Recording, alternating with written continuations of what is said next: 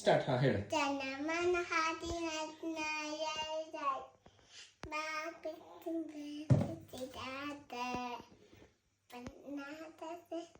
ಗುಜರಾಟ ಹೇಳು, ಫುಲ್ ಹೇಳು. ಫಸ್ಟಿಂದ ಹೇಳು, ಫಸ್ಟಿಂದ ಹೇಳು. ಜನಮನ ಹಾಡಿನ ನಾಯಿ ಜಾತಿದಾಯೆ ಪಾತೆತ್ತಲಾರಿ ತಾತ